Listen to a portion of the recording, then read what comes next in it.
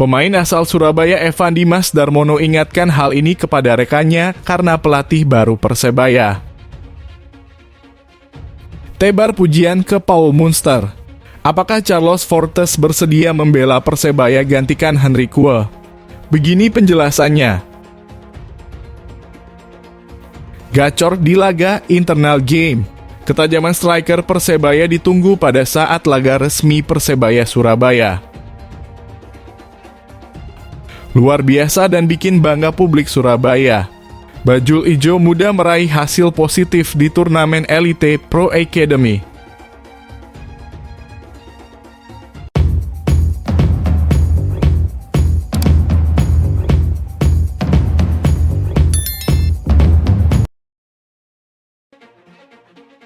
Pemain asal Surabaya Evan Dimas Darmono ingatkan hal ini kepada rekannya karena pelatih baru Persebaya. Gelandang PSIS Semarang, Evan Dimas Darmono mengingatkan rekan-rekannya untuk mewaspadai juru taktik anyar Persebaya Surabaya menjelang laga tunda pekan ke-20 BRI Liga 1 2023/2024. PSIS dijadwalkan melawat ke markas Persebaya di Stadion Gelora Bung Tomo (GBT) Surabaya Selasa 30 Januari 2024. Menjelang duel tersebut, tim lawan baru saja mengumumkan Paul Munster sebagai pelatih baru. Paul memang bukan sosok juru taktik yang asing bagi Evan Dimas, sebab dia pernah merasakan tangan dingin pelatih asal Irlandia Utara itu saat masih memperkuat Bayangkara FC. Saya mengetahui Paul Munster adalah pelatih yang bagus. Kebetulan pada musim 2021 saya pernah diasuh Paul Munster di Bayangkara FC, kata Evan Dimas. Oleh karena itu kami perlu waspada juga.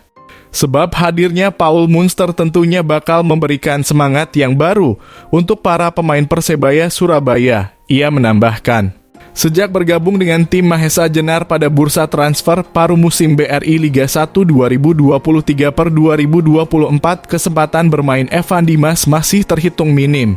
Dia baru bermain 1 kali. Kesempatan itu diperoleh saat PSIS Semarang melawat ke markas Borneo Football Club pada pekan ke-22. Meski lebih sering menjadi penghangat bangku cadangan, gelandang berusia 28 tahun itu selalu siap jika dibutuhkan tim. Sebagai pemain profesional, saya tentu saja berharap bisa mendapatkan kesempatan untuk bermain. Namun, saya juga harus tetap semangat dalam sesi latihan maupun pertandingan. Kapanpun dimainkan, saya harus selalu siap, ujarnya.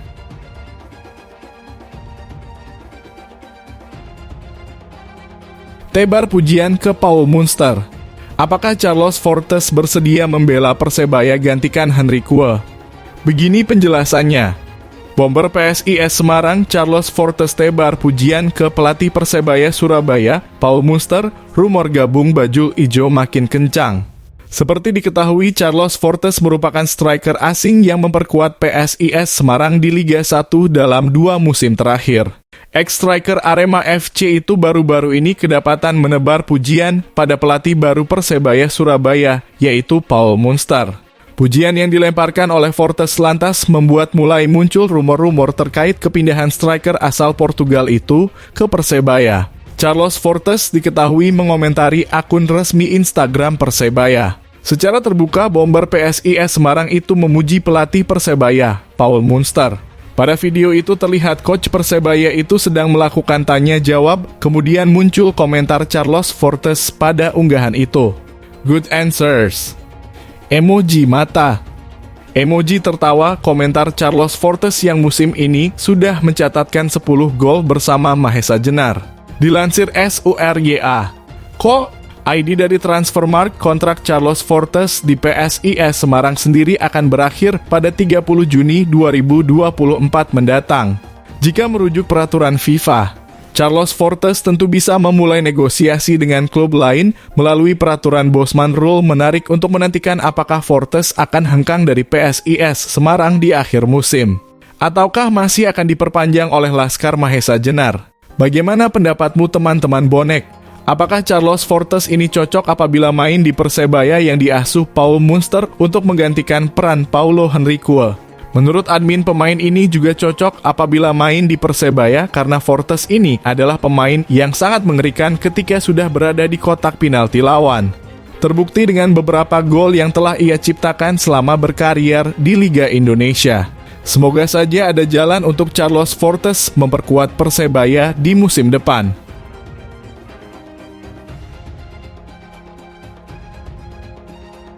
Gacor di laga internal game. Ketajaman striker Persebaya ditunggu pada saat laga resmi Persebaya Surabaya.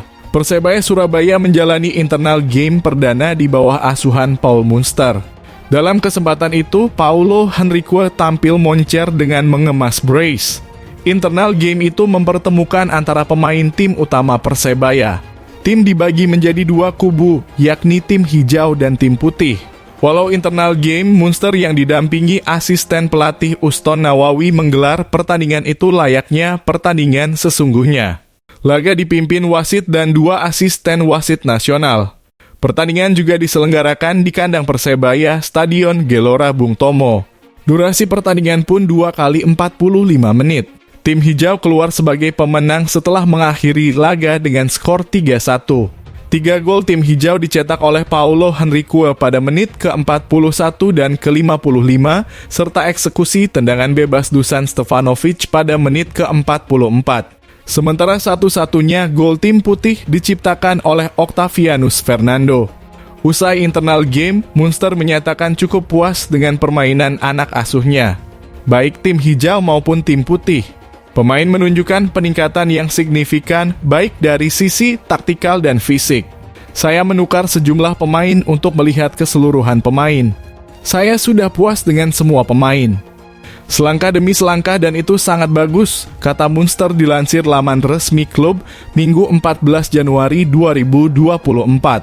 Setelah 10 hari tanpa libur sama sekali, bahkan beberapa kali latihan 2 kali sehari, hari Minggu ini para pemain Persebaya diliburkan. Lalu Senin latihan lagi. Senin malam, Munster dan seluruh pemain dan official akan pesta barbecue di mes untuk lebih mendekatkan diri satu sama lain. Sudah hampir mendekati standar yang kami tetapkan, mereka berproses untuk mencapai level yang lebih tinggi. Kami semua sepakat menjadi tim yang lebih baik dan lebih kuat, jelasnya.